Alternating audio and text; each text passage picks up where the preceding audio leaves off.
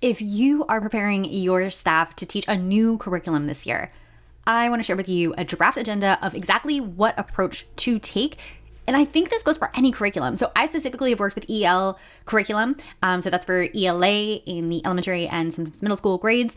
And also am now a certified provider for DESE, the state of Massachusetts, for their investigating history curriculum. So ELA history has been my expertise. I have worked a little bit with math, but I think regardless of the content and regardless of the age, there's like a certain approach to being able to go in and dig into a new curriculum and be able to teach it well. I am not a huge fan, honestly, of, despite doing all these things, of just taking off-the-shelf curriculum and going for it. I think there's an art to understanding it at a deep enough level to personalize it for your students and be able to be comfortable teaching it in the way that is still you and is still relevant for your students. So with that in mind, let's go ahead and look at an agenda, which you can also grab in the description below. Draft workshop agenda that I started drafting around the investigating history curriculum for DESE. But again, I think it is relevant for anyone in any type of curriculum you're doing. Here's the big piece. So I always backwards plan. What you want to do is have teachers actually create in the session itself.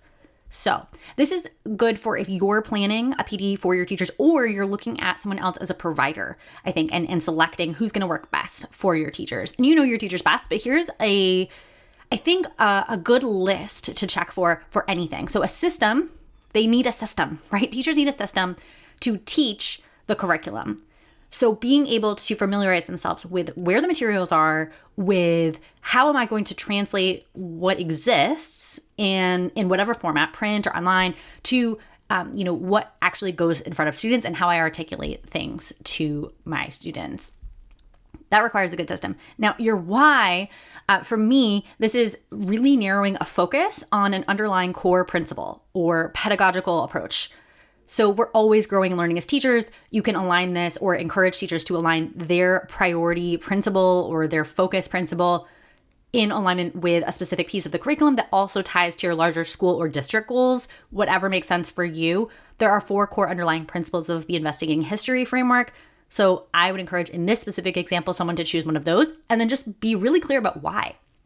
Does it tie into existing goals for their professional learning and that are connected to the school and district goals, or like they think there's, based on what they've seen so far in a quick skim of the initial curriculum, this needs the biggest lift, or this is most important to them pedagogically, whatever it is. Then you want to list summative assessment essentials. What do the students need to know and be able to do in the summative? So we're really unpacking the end first. Then we go through and I do what I'm calling a GPS outline of the unit. And this is the most important thing at each lesson. So what is the most important content understanding, skill or activity, and source that you're using? So investigating history is very source-based, so it's like a specific text, but it might be a resource, it might be a video, it could be whatever. These are the 4 things that I think you want to be able to do, and if you're just doing one day. I will briefly walk through what is involved in that. You'll also have access to this. But here is what I would do on a day 2. So I do think you need at least 2 days to dig into a very big curriculum. And this is specifically designed for just one unit of a curriculum. But thinking about the materials that you actually need to teach it, I think you want to have a full day for teachers to create or co-create that. And I specifically think about in this curriculum, but I think in any, you want something that elevates the hard things. Like this, for some teachers, investigating history, there's a lot of inquiry-based teaching. If you're not familiar with inquiry-based teaching, you need to create materials around it, and specifically some templates or approaches that you're going to use and reuse every time that type of inquiry lesson comes up. I also think Dr. Goldsar Muhammad's Hill model is actually really critically important for any curriculum that you do. And if it's not already clearly infused, and even if it is, right, to be able to highlight and create around that, how do we develop materials that emphasize things like criticality, joy, identity, things that aren't typically in our curricula? So really quickly going through this, and I have all these notes to myself because it's not a fully built out agenda right now. This is something that you would want to build up yourself, and I will be continuing to build up for my own purposes.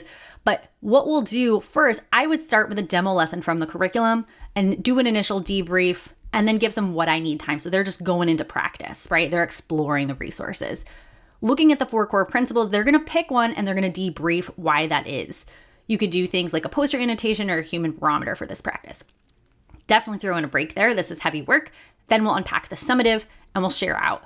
I think this is really helpful, especially if you have multiple units. You can have each group, if you only have 2 days for the whole thing, or even 1 day, I hope you have more, but if you have 1 day for the whole thing, the whole curriculum, have each group take a unit and then share out. Give a healthy break for lunch. Do a cluster GPS. So again, that GPS, green light, protocol, and source is what the GPS stands for. Give some team time to look at the IH curriculum is designed in clusters within a unit. So whatever organizational unit that is, have teams kind of go in and look at that. Do a cluster poster gallery walk. So again, you're sharing out. So not everyone has to dig into every single lesson in this day. And then some what I need time. Day 2, it's mostly individual or team planning. We have breaks thrown in. There's a lot of share outs because it's like kind of individual team time to work, share out. The planning lens will give 50 minutes for a focus principle here. So this might be an inquiry routine. And then this one might be something from Dr. Muhammad's Hill model. Then I would end with a resource bank. Even if nothing goes in this right away, although people have been creating all day, something should go in it or can go in it. This is a really helpful resource to have as teachers go implement. They can go ahead and drop resources as they create them that they can share district-wide. That link in the description. Take this, personalize it, make it your own, and then share it back with me or tell me how it went. I cannot wait to hear.